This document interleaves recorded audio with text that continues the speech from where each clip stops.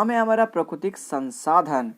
तो सबसे पहले स्टूडेंट्स आपके मन में सवाल आता है कि संसाधन अर्थात क्या है, तो चलिए उससे स्टूडेंट्स रीड करते हैं। यहाँ पे संसाधन के द्वारा मनुष्य की आवश्यकताओं को कुछ हद तक पूर्ण रूप से संतुष्ट किया जा सकता है।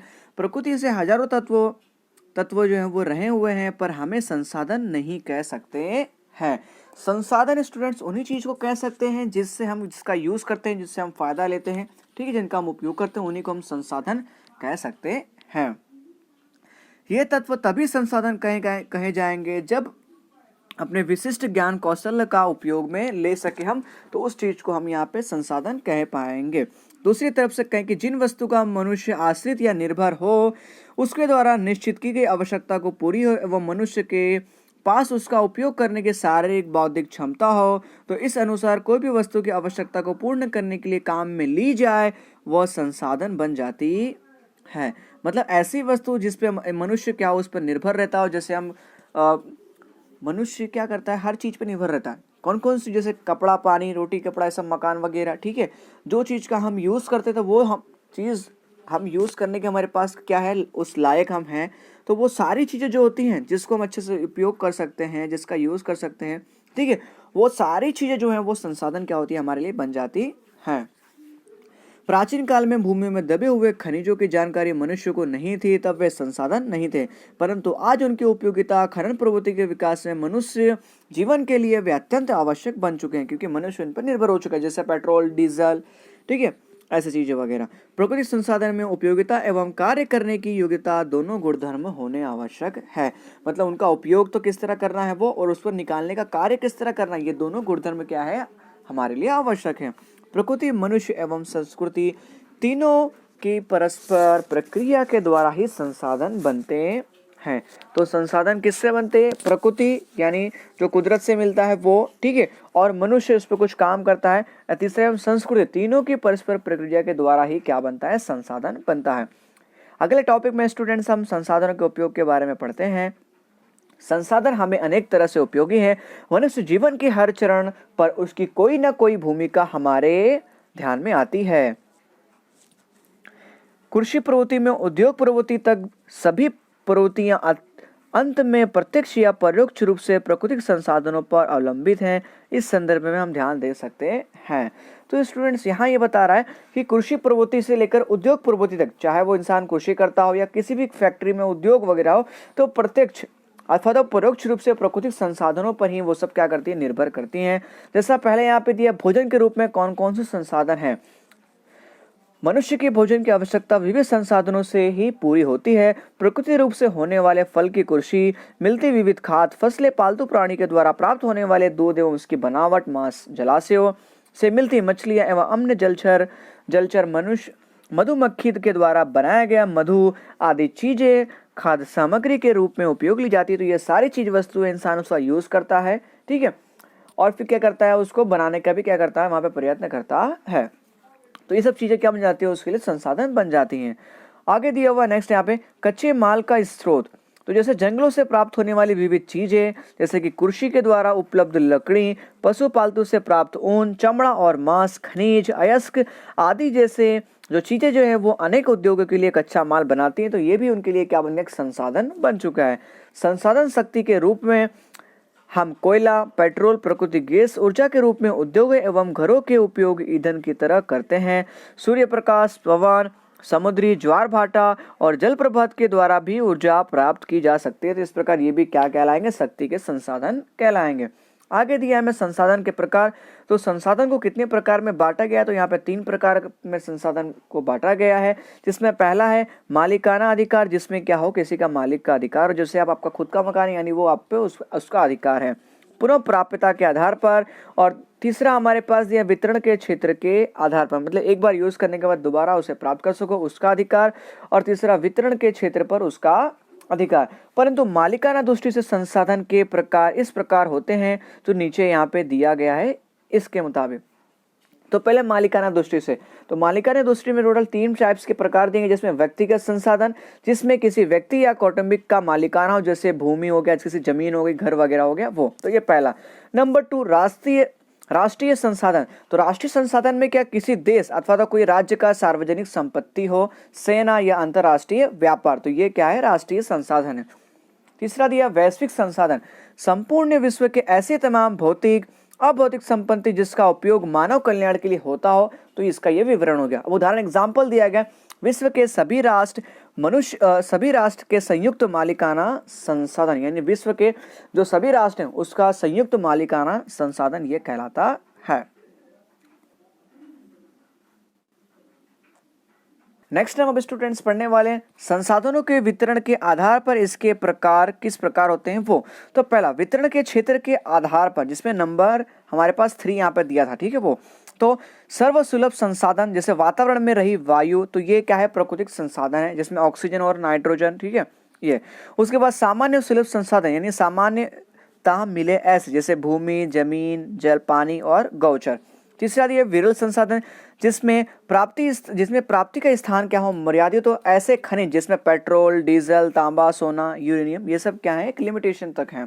उसके बाद आगे दिया चौथा एकल संसाधन, विश्व में भाग्यवश 1 या 2 स्थलों पर मिलने वाले खनिज जैसे क्रायोलाइट खनिज जो सिर्फ ग्रीनलैंड से ही प्राप्त होता है। अब देखते हैं आगे, तालुका में देखकर हमें 2 प्रकार के वर्गीकरण समझे हैं हमने, जिसमें पहला मालिकाना और दूसरा यहाँ पे विवरण के आधार पर।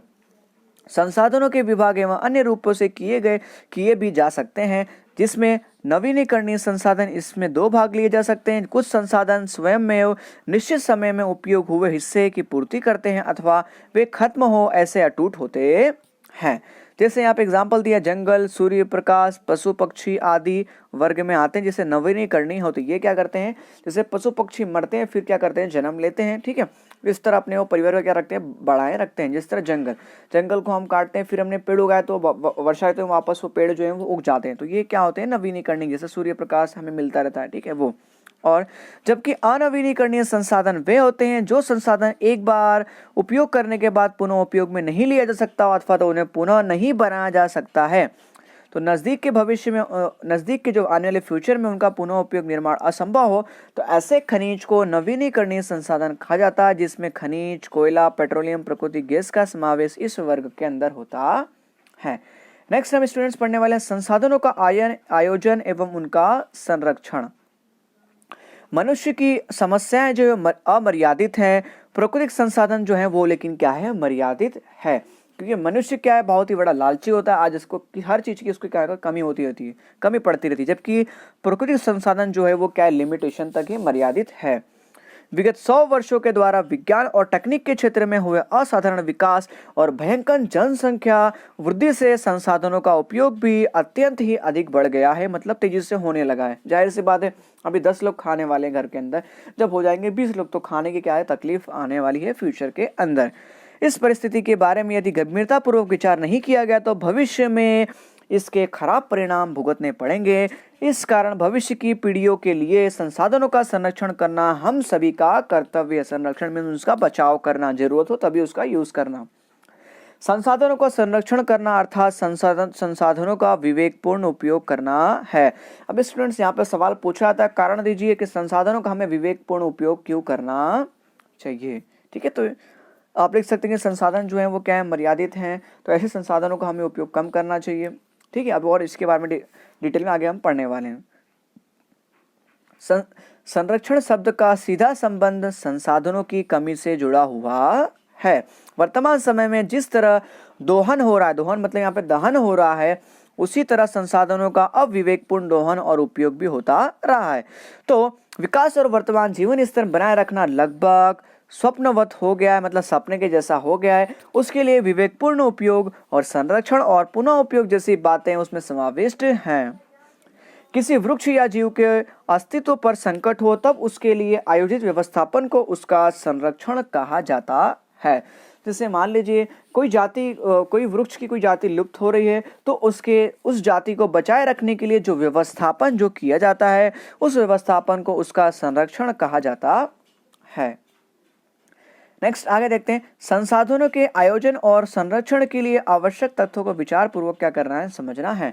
तो पहला पॉइंट दिया है, सबसे पहले किसी एक प्रदेश या देश को एक इकाई मानकर उसके द्वारा उपयोग में ली गई अब तक बिन उपयोगी एवं संभावित संसाधनों की उपलब्धि एवं विशेष के बारे में यहाँ पे जानकारी प्राप्त करना। मतलब कोई भी देश अथवा तो जो प्रदेश है उसकी किसी भी एक चीज को इकाई मानकर उसके उपयोग में लिए गए अब तक बिन उपयोगी, जो मतलब फालतू उसका उपयोग किया, ऐसे संभावित साधनों की उपलब्धि एवं विशेष के बारे में क्या करना, जानकारी प्राप्त करना और उस पर क्या करना, रोक लगाना। दूसरा पॉइंट, जिन संसाधनों का प्रमाण मर्यादित अथवा तो अनवीनीकरणीय है उनका वैज्ञानिक रूप से दोहन करना चाहिए, मतलब जरूरत तभी उसका उपयोग करना चाहिए। तीसरा पॉइंट दिया, जिन संसाधनों की मात्रा बढ़ाई जा सकती है उसके विकास के लिए हमें प्रयत्न करना चाहिए, जैसे वृक्ष वगैरह। आगे उसके बाद चौथा पॉइंट हमें दिया, जो संसाधन वर्तमान समय में सरलता या सहज से उपलब्ध हो उसे बिगाड़ने के बदले भावी अवस्था के जब जरूरत हो तभी अवस्था के लिए मितव्ययिता पूर्वक यानी कुशल पूर्वक उसे बचाना हमें चाहिए। आगे पढ़ते हैं, पांचवा पॉइंट हमें दिया हुआ, मर्यादित मात्रा में उपलब्ध संसाधन बनाए रखना तकनीकी विकास के द्वारा उसके वैकल्पिक स्रोतों की खोज लंबे समय के अंतराल पर फायदेमंद है। मतलब अगर कोई संसाधन अगर मर्यादित है उसे हमें लॉन्ग टाइम तक चलाना है तो हमें क्या उसका तकनीकी विकास करना जिससे उसका यूज कम किया जा सके अथवा तो खपत काम ज़्यादा हो लेकिन उसका जैसे पेट्रोल डीजल के खपत क्या हो, कम हो। जैसे हम जो बाइक वगैरह जो भी हम खरीदते हैं तो उसमें हमें ऐसी बाइक खरीदनी चाहिए जिसमें एवरेज ज़्यादा मिलते हो, जिससे हम क्या कर सके, हमारा पैसा भी बचेगा और हम फ्यूल को भी बचा सकते हैं। नंबर 6, संसाधनों के संरक्षण के लिए सरकार के द्वारा आवश्यक कानून एवं नियम बनाकर उसका अमल करना चाहिए। मतलब क्या, जैसे ऐसे जो भी संसाधन वगैरह हैं जो फ्यूचर में लुप्त होने के संकट के कगार पर हैं तो उसको बचाए रखने के लिए सरकार के द्वारा संरक्षण कानून को जो है अमल में लाना चाहिए। आखिरी पॉइंट दिया है, नागरिकों को संसाधन के विवेकपूर्ण उपयोग से जुड़ी सभी बाबतों को अवगत होकर जन जागृति लानी चाहिए। जैसे फ्यूचर में 20 से 30 साल के बाद जो है फ्यूचर में पेट्रोल डीजल की जो है यहाँ पे खत्म होने वाला ऐसा कहा जाता है, तो उसके विषय में क्या करना चाहिए, लोगों को जागरूक अभियान चलाना चाहिए। जैसे कि हम अगर जेब्रा क्रॉसिंग पे जाते हैं, अगर हम वहाँ पे स्टॉपेज हमारा आ गया तो मिनिमम 1 मिनट्स जो है वहाँ पे लोगों को रुकना पड़ता है, तो 1 मिनट्स तक आपको क्या करना, अपनी गाड़ी जो है वो ऑफ कर देनी है। आपको कहीं अपने घर के आसपास कहीं जाना हो किसी काम से तो आपको पैदल ट्रैवल कर लेना चाहिए अथवा तो साइकिल का यूज़ कर लेना चाहिए, जो हमारे शरीर के लिए भी क्या होता है, फायदेमंद होता है। लेकिन आज का टाइम तो कैसा है कि छोटा छोटा बच्चा भी जो है वो बाइक लेके क्या होता है, गली में मोहल्ले में घूमता है और भौं भौं एक्सीलेटर करता है, जो लोगों को दिखाता है। ठीक है, अब उसके ऐसे करने से उसकी कोई वाहवाही नहीं होती, जबकि उसको लोग क्या बोलते हैं, बेवकूफ़ बोलते हैं कि देखो भाई ये अनपढ़ इंसान है कि परेशान कर रहा है और होशियारी मार रहा है। अगला पॉइंट हमारा दिया, जमीन का निर्माण किस तरह होता है वो हम यहाँ पे पढ़ने वाले हैं। तो जमीन पृथ्वी की पपड़ी पर अनेक कणों की बनी एक परत होती है। तो जमीन स्टूडेंट्स क्या होती है, पृथ्वी की पपड़ी जो है उस पर अनेक कणों की बनी एक परत होती है जिसमें खनिज, नमी, ह्यूमस यानी सेंद्रीय तत्व और हवा वगैरह मिले होते हैं। मिट्टी के नीचे उसमें मूल चट्टानी स्तर होते हैं। जमीन का निर्माण मूल चट्टानों के घिसाव कटाव से मिलने वाले पदार्थों से होता है जिसमें जैविक अवशेष, नमी एवं हवा मिलती है। अन्य रूप से कहें तो जमीन खनिज और जैविक पदार्थों का, जैविक जो तत्व है उसका क्या है, प्राकृतिक मिश्रण है। अगर शॉर्ट में अगर डेफिनेशन आपको कहनी है तो कह सकते हो जमीन अर्थात खनिज और जैविक तत्वों का प्राकृतिक मिश्रण। अब इसमें क्या होते हैं, सारे जो हमने यहाँ पे पढ़ा कि एक परत जो है वो, ठीक है, खनिज, नमी, ह्यूमस और हवा वगैरह, तो ये सारे क्या आ गए, इसके जैविक तत्वों के अंदर आ गए। उसमें वनस्पति की वृद्धि विकास करने की क्षमता है। आगे का पॉइंट दिया है, जमीन के बारे में सिर्फ दिया है। तो जमीन की पपड़ी जो है वो सबसे ऊपरी सतह या स्तर जिसे हम जमीन कहा जाता है। मतलब पृथ्वी की जो है सबसे ऊपरी सतह जो है अथवा जिसे हम स्तर लायर बोलते हैं उसे हम जमीन कहा जाता है, जिसमें वनस्पति की वृद्धि विकास के लिए आवश्यक खनिज द्रव्य और जैविक द्रव्य होते हैं, जबकि उसका अनुपात सभी जमीन में एक समान नहीं होता है। जैसे कहीं पे आपको लाल जमीन देखने मिलेगी, कहीं जमीन ऊंची होगी और कहीं जमीन क्या होगी, नीची होगी। इस तरह जमीन अर्थात सेंद्रीय पदार्थ युक्त मूल चट्टान और वनस्पति द्रव्यों के मिश्रण से बने असंगठित पदार्थों की पपड़ी अथवा तो स्तर को जमीन कहा जाता है। इसके पहले स्टूडेंट्स हमने डेफिनेशन के अंदर क्या देखा कि जमीन अर्थात खनिज और जैविक पदार्थों का प्राकृतिक मिश्रण, अर्थात हमने यहाँ पे क्या देखा, जमीन यहाँ पे हमने देखा। उसके बाद दूसरी हमें डेफिनेशन क्या मिलती है कि जमीन अर्थात सेंद्रीय पदार्थ मूल चट्टान एवं वनस्पति द्रव्यों के मिश्रण से बने असंगठित पदार्थों का, असंगठित जो है पदार्थ जो है उसकी पपड़ी का यहाँ पे इस तरह हम यहाँ पे कह सकते हैं। मूल चट्टानों को घिसाव या निक्षेपण के परिबल तोड़ करके उसके बारीक कण बनाते हैं और इस चूर्ण में बनाने तथा जीव जंतु के विघटन या सड़ने से बने सेंद्रीय तत्व उसमें मिलते हैं। तो स्टूडेंट्स यहाँ पे दिया जो मूल चट्टान जो होती है उनका जब घिसाव अथवा तो निक्षेपण मतलब किसी उसे तोड़ा जाता है जिसमें से बारीक कण बनते, तो इस चूर्ण से वनस्पति जीव जंतु उनका यहाँ पे विघटन अथवा तो सड़ने से बने सेंद्रीय तत्व उसमें क्या हो जाते हैं, चट्टानों के अंदर जाते हैं अथवा तो उससे हमें मिलते हैं। ये सेंद्रीय तत्व वनस्पति के विकास में क्या होते हैं, महत्वपूर्ण भूमिका निभाते हैं।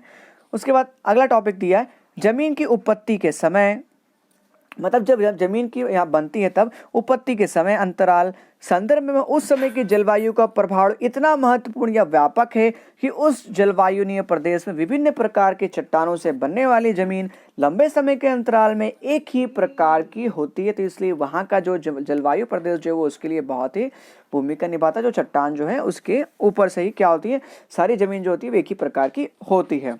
अर्थात एक ही प्रकार की मूल चट्टानों से अलग अलग जलवायु के समय अंतराल में बनने वाली जमीन अलग अलग प्रकार की होती है।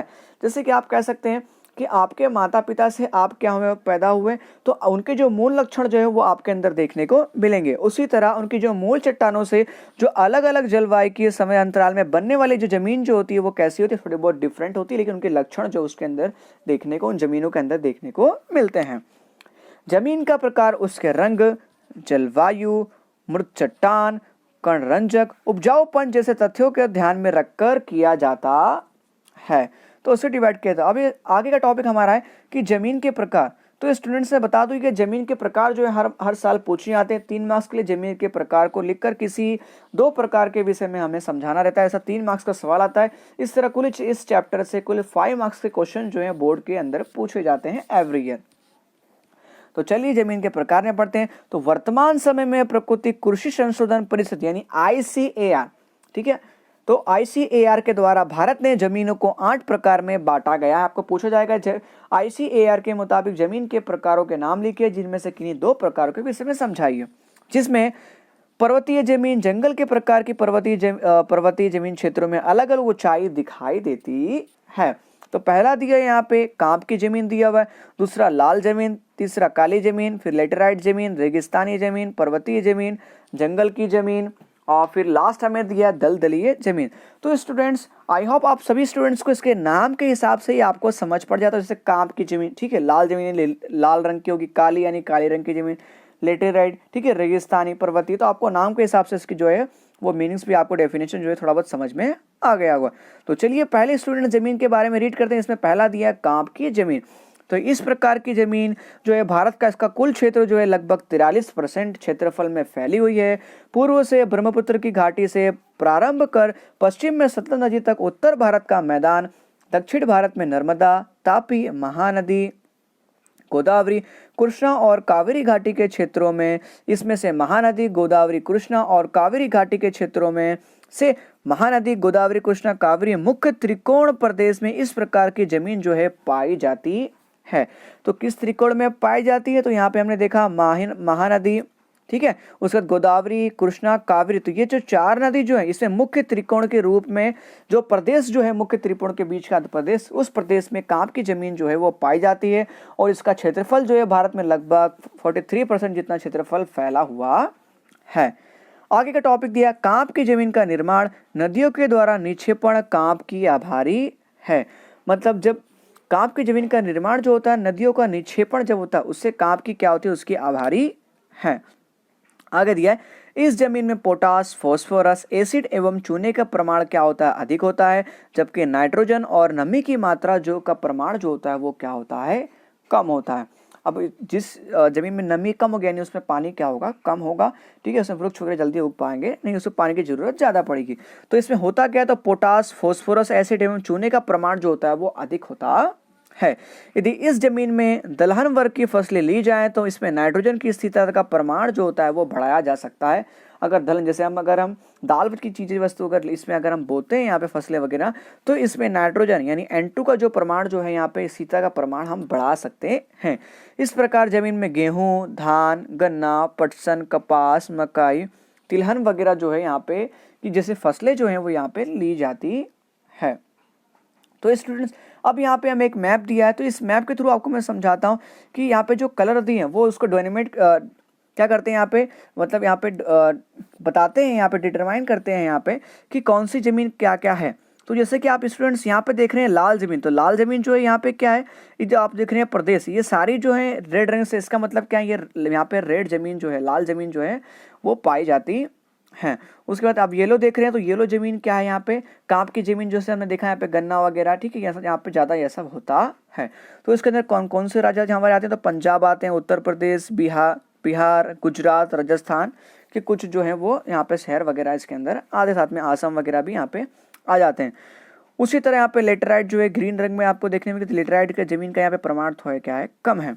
उसके बाद आप देखेंगे यहाँ पे रेगिस्तानी जमीन, तो रेगिस्तानी जमीन जो है यहाँ पे आपको राजस्थान में देखने को मिलेगी। और दूसरा फिर यहाँ पे काली जमीन जो है वो आपको कच्छ में यहाँ पे देखने, गुजरात के अंदर आपको देखने मिलेगी। तो इस तरह जमीन को यहाँ पे विभाजित किया गया ताकि आपको याद करने में आसानी हो जाए। जैसे आपने देखा काली जमीन, तो काली जमीन जो है वो महाराष्ट्र में भी है, ठीक है, मध्य प्रदेश में भी है, ठीक है, और यहाँ पे फिर नीचे उसके बाद हैदराबाद के अंदर भी, आंध्र प्रदेश के अंदर भी है, ठीक है, कुछ भागों में यहाँ पे छत्तीसगढ़, झारखंड यहाँ पे भी देखने को मिल रही है, साथ में बिहार में भी कुछ यहाँ पे आई हुई है। तो चलिए स्टूडेंट्स आगे पढ़ते हैं यहाँ पे। तो सेकंड यहाँ पे दिया हुआ है लाल जमीन। तो लाल जमीन क्या है उसके बारे में विस्तृत यहाँ पे अध्ययन करते हैं। तो लाल जमीन भारत के कुल क्षेत्रफल के लगभग 19% क्षेत्रफल में फैली हुई है। दक्षिण के द्वीपकल्प में तमिलनाडु से लेकर उत्तर में बुंदेलखंड तक, पूर्व से राजमहल की पहाड़ियों के पश्चिम के कक्ष तक यह फैली है। राजस्थान में इस प्रकार की जमीन दिखाई देती है। इस जमीन में फेरिक ऑक्साइड की उपस्थिति के कारण इसका रंग जो होता है वो लाल होता है। तो ये लाल जमीन क्यों होती है, क्योंकि इसमें क्या होता है, फेरिक ऑक्साइड की उपस्थिति होती है, जिससे कारण इसका रंग क्या होता है, लाल होता है। और कहाँ देखने जमीन कहाँ देखने मिलती है, तो दक्षिण के द्वीपकल्प में तमिलनाडु से लेकर उत्तर से बुंदेलखंड तक एवं पूर्व के राजमहल की पहाड़ियों में पश्चिम में कच्छ तक यह जो है वो फैली हुई है। उसके बाद यह नीचे जाने पर पीले रंग में बदलता है। इन जमीनों में चूना, कंकड़, कार्बोनेट नहीं पाए जाते हैं, ये सब चीज़ जो है वो नहीं पाए जाते हैं। इन जमीन में अधिकांशतः मैग्नीशियम, फॉस्फेट, नाइट्रोजन, पोटास की कमी दिखाई देती है। इस प्रकार की जमीन में बाजरी, कपास, गेहूं, ज्वार, अलसी, मूंगफली, आलू जैसी फसलें जो हैं वो ली जाती हैं, जो इस जमीन में मतलब ये जमीन जो होती है इन फसलों के लिए क्या होती है, लाभकारी होती है, ठीक है, प्रॉब्लम्स नहीं होती और उपजाऊपन होती है उनके लिए। उसके बाद तीसरा दिया काली जमीन। तो काली जमीन अथवा तो रेंगूर जो है वो जमीन भारत के जो है लगभग भारत के अंदर 15 क्षेत्रफल जितनी यहाँ पे फैली हुई है। इस जमीन का उद्भव दक्कन के लावा के बिछने से हुआ था। दक्कन का जो लावा जो है वो जब बिछ गया तो उससे काली जमीन का क्या हुआ, निर्माण हुआ। अब कहाँ तक ये जमीन देखने को मिलती है, तो वो बताया गया महाराष्ट्र, पश्चिम मध्य प्रदेश में, आंध्र प्रदेश में, कर्नाटक के कुछ भाग में आदि जगहों पर इस जमीन को देखने को मिलती है। गुजरात में सूरत, भरूच, डांग, तापी, वडोदरा जैसे जिले में इस प्रकार की जमीन जो है वह हमें देखने मिलती है। इस जमीन के निर्माण में लावा की चट्टानें जो हैं वो जलवायु की भूमिका क्या है इसके अंदर मुख्य है, क्योंकि हमने पहले ही पढ़ा जो लावा जो था वो बिछ गया जिससे इस जमीन का क्या हुआ, निर्माण हुआ। अब इस जमीन में क्या क्या पाया जाता है, क्या क्या दिखता है, तो वो हम देखते हैं यहाँ पे। तो पहला दिया हुआ है हमें लोहा, चूना, calcium, potash, aluminium, magnesium, carbonate का प्रमाण जो है अधिक देखने मिलता है। इसका उपजाऊपन अच्छा माना जाता है। इस जमीन को नमी संग्रह शक्ति क्या होती, काफी अधिक होती है। और जब नमी सूख जाती है मतलब सोख लेती है वो, तब इसमें दरार या भंग जो है वो बन जाता है, क्रैक वगैरह से पड़ जाते हैं। इस प्रकार जमीन में कपास, अलसी, सरसों, मूंगफली, तंबाकू, उड़द जैसे दलहन वर्ग की फसलें जो हैं वो ली जाती हैं। कपास की फसलों के लिए विशेष रूप से अनुकूल होने वाली इस जमीन को कपास की जमीन के रूप में भी पहचाना जाता है, यानी काली जमीन को जो है वो कपास के रूप में भी पहचाना जाता है, जो उनके लिए क्या होती है, बहुत ही मतलब यहाँ पे उपजाऊपन होती है, क्योंकि बहुत ही अनुकूल होती है कपास के लिए। चौथा यहाँ पे जमीन के प्रकार में दिया हुआ लेटराइट, मतलब जिसे हम पड़खाऊ जमीन भी कहा जाता है। इस जमीन का नाम लेटिन शब्द से लेटर अर्थात ईंट पर से पड़ा हुआ है। तो लेटराइट, अब लेटराइट यहाँ पे जो दिया हुआ है कि जो लेटिन भाषा का जो शब्द लेटर अर्थात ईंट से पड़ा हुआ है, इसका लाल रंग और लौह ऑक्साइड के कारण होता है। लाल रंग किसके कारण होता है? लौह ऑक्साइड के कारण होता है। यह जमीन भीगने एवं मक्खन की तरह मुलायम और सूखे तब कड़ी बन जाती है, यानी जब भीगती है तो एकदम मुलायम हो जाती है, यानी जब सूखती है तो एकदम ही कड़क बन जाती है। सूखी एवं नमीयुक्त जलवायु परिवर्तन और सिलिका में पदार्थों का निवारण, इसका निर्माण हुआ है। तो जो हमारी लेटराइट जमीन उसका निर्माण किस प्रकार यहाँ पे हुआ है, तो वो हमने यहाँ पे देखा कि सूखी और नमीयुक्त जलवायु के परिवर्तन से, यानी सूखी अथवा तो जो हमारी वातावरण की जो नमी की जलवायु उसके परिवर्तन से और सिलिका में पदार्थों के निवारण से इसका निर्माण हुआ है।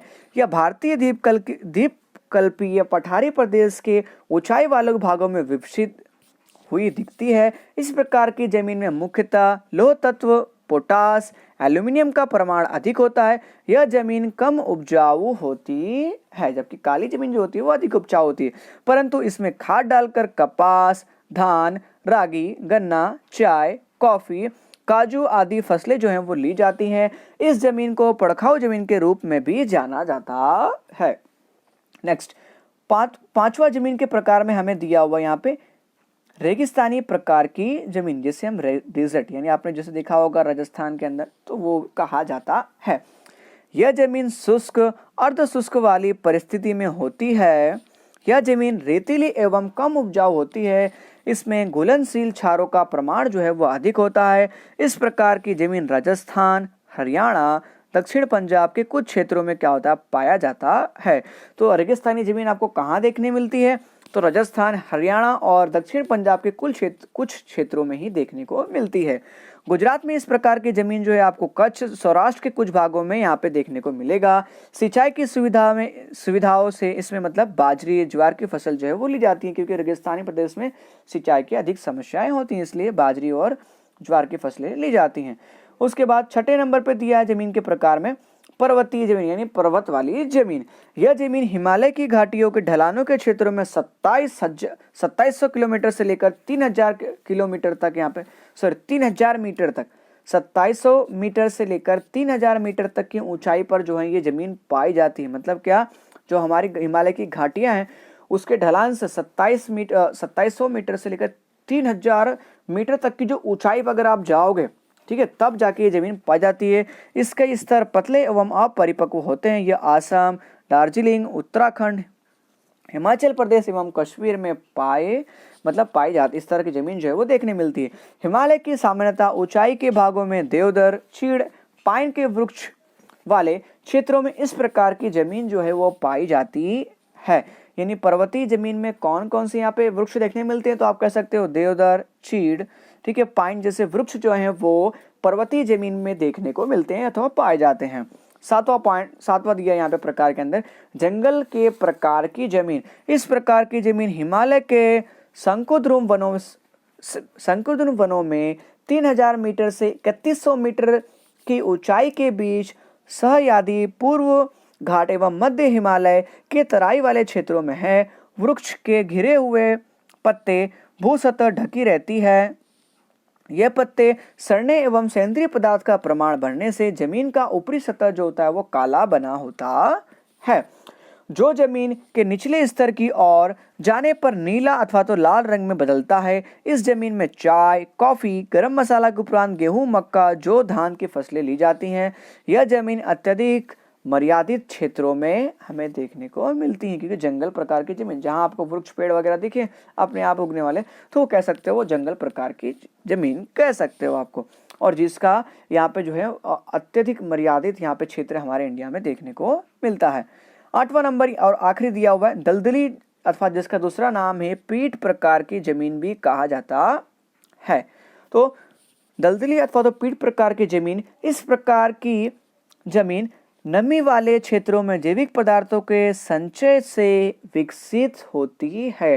तो दलदली जमीन का विकास यहाँ पे अथवा निर्माण कैसे होता है, तो जमीन जो जमीन यहाँ पे नमी वाली क्षेत्रों में जैविक पदार्थों का संचय हुआ हो, तो वहां पे क्या होता है, दलदली जमीन का विकसित होता अथवा निर्माण होता है। वर्षा ऋतु में यह जमीन पानी में डूबी रहती है और पानी उतरते ही इनमें धान की कृषि जो है वो की जाती है। इस जमीन में जैविक पदार्थ एवं क्षारों की बहुलता तथा फॉस्फेट एवं पोटास की कमी होती है। जैविक पदार्थों और क्षारों की मतलब यहाँ पे क्या बहुलता यानी बहुत ज़्यादा प्रमाण होता है यहाँ पे, जबकि फॉस्फेट और पोटास की यहाँ पे कमी देखने को मिलती है। ऐसी जमीन जो है वो आपको उड़ीसा, पश्चिम बंगाल, तमिलनाडु के किनारे के भागों, उत्तर बिहार का मध्य भाग एवं उत्तराखंड के अल्मोड़ा जिले में पाई जाती है। यह जमीन का क्षेत्र जो है वो मर्यादित है। आगे दिया हुआ जमीन का कटाव, तो स्टूडेंट्स ये इंपॉर्टेंट है, जमीन का कटाव जो है के विषय में समझाइए किस प्रकार जमीन के कटाव को रोक सकते हैं। तो हर साल ये पूछा जाता है सवाल बोर्ड के अंदर। तो जमीन का कटाव अर्थात जमीन के कणों के द्वारा गतिशील हवा या पानी के द्वारा एक स्थान से दूसरे स्थान पर स्थानांतरित होना, जिसे जमीन का कटाव कहा जाता है। जैसा कि आप सभी स्टूडेंट्स ने देखा होगा कि आंधी तूफान के कारण जो धूल जो होती है वो एक जगह से स्थानांतरण कर दूसरी जगह पर चली जाती है, जिससे वो सतह जो होती है वो क्या होती है, थोड़ी मतलब ढलान युक्त, यहाँ पे कह सकते हैं गड्ढा युक्त हो जाती है। तो एक स्थान से दूसरे स्थान पर स्थानांतरित करना, जिसे जमीन का कटाव कहा जाता है। दूसरा हम कह सकते हैं बारिश के समय जो बारिश का पानी जो होता है वो मिट्टी का क्या करता है, कटाव करता है, तो इसे भी जमीन का कटाव भी कहा जाता है। अन्य रूप से कहें तो ऊपरी जमीन के कणों का तेजी से प्राकृतिक कारकों के द्वारा अन्यत्र स्थानांतरण हो जाना, मीन्स क्या, किसी भी प्राकृतिक कारकों के द्वारा, से आंधी तूफान आया तो जमीन की सतह पर जो ऊपरी कण जो होते हैं वो एक सतह से मतलब स्थानांतरण कर दूसरी जगह पर चले जाते हैं, और यह ऊपरी स्तर बनने में वर्षों जो बहुत ही सालों जो हैं वो लग जाते हैं।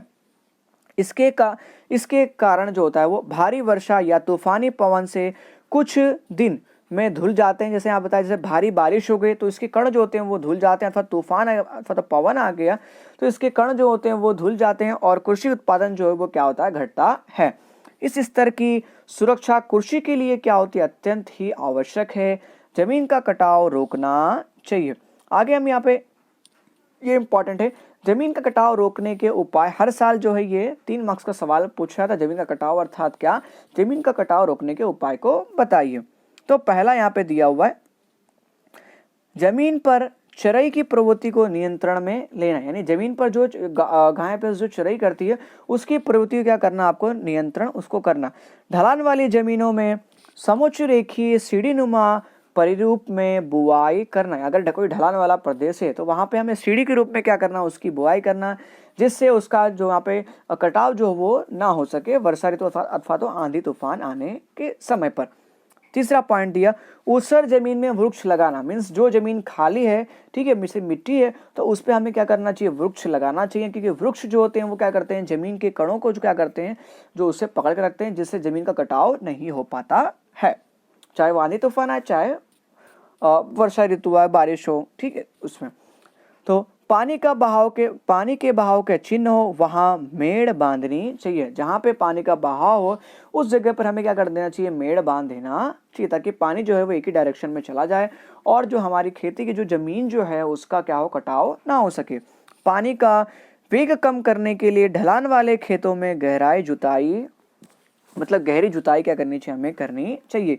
यानी अगर कोई ढलान वाला खेत है तो हमें वहाँ पे क्या करनी चाहिए, गहरी उसे जुताई उसकी करनी चाहिए, ताकि वहाँ पे पानी जो है वो भरा रह जाए और मिट्टी का कटाव जो है वो ना कर सकते। ये 5 पॉइंट हमने यहाँ पे पढ़े।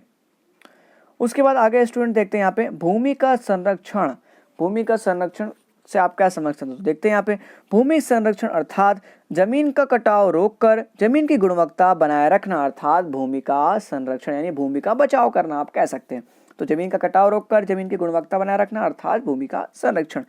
जमीन संरक्षण का सीधा संबंध मिट्टी के कणों को अपने मूल स्थान पर बनाए रखने से है। तो भूमि संरक्षण अर्थात क्या कि जमीन यहाँ पे जमीन संरक्षण का सीधा संबंध जो है, जो मिट्टी के जो कण हैं उसको अपने मूल यानी जो मिट्टी के कण यहाँ पर हैं तो उसी जगह पर बनाए रखना, वो उनका क्या है, वहाँ पे मेन मुद्दा है, मेन काम है। विश्व में विविध स्थानों पर उस स्थान एवं समस्या जो है वो यहाँ पे हमें देखने को मिलती है, जिसका यहाँ पे अनुरूप उपाय भी किए जाते हैं। यदि भूमि संरक्षण न हो तो बाढ़ की संभावना बढ़ने से जान माल की सुरक्षा के सामने खतरा उत्पन्न होता है।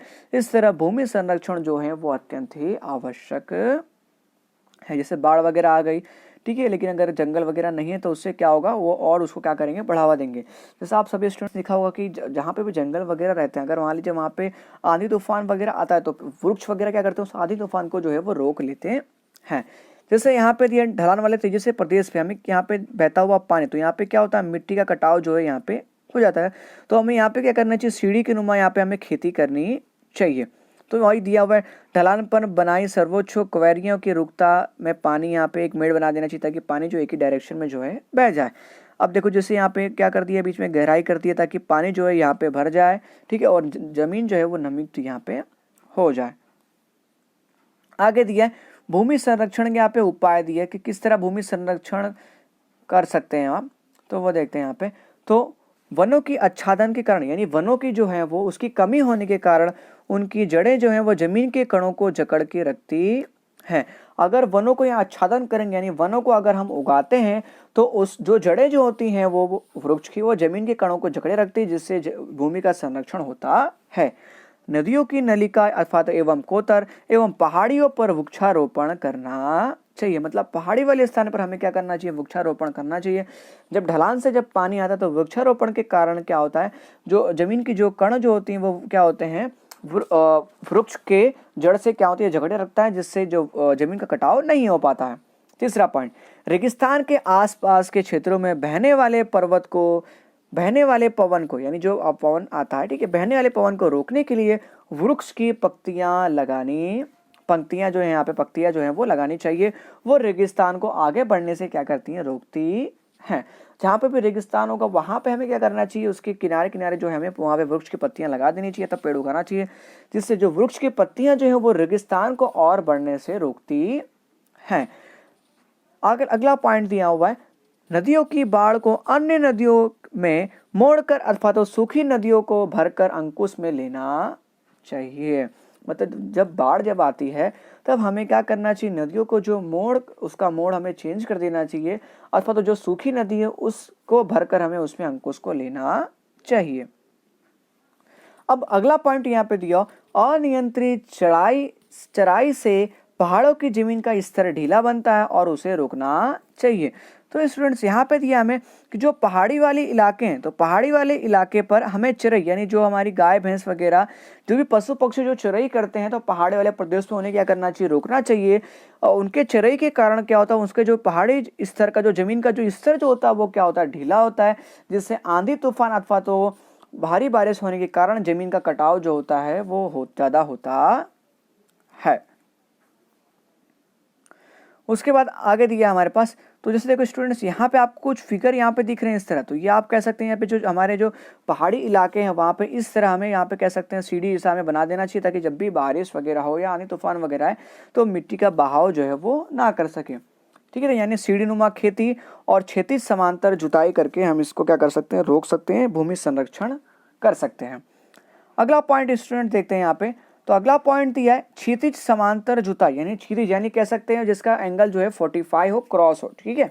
तो क्षैतिज समांतर जुताई करके अथवा तो सीढ़ी नुमा जो आप यहाँ पे देख रहे हैं ये हमारी क्षैतिज नुमा और ये जो हो गई हमारी सीढ़ी नुमा, ठीक है। इन दो प्रकार खेती इसी पद्धति को अपनाना चाहिए। बिन उपजाऊ हुई जमीन में पुनः सेंद्रीय पदार्थों को मिलाना चाहिए, जिससे उपजाऊपन हो सके।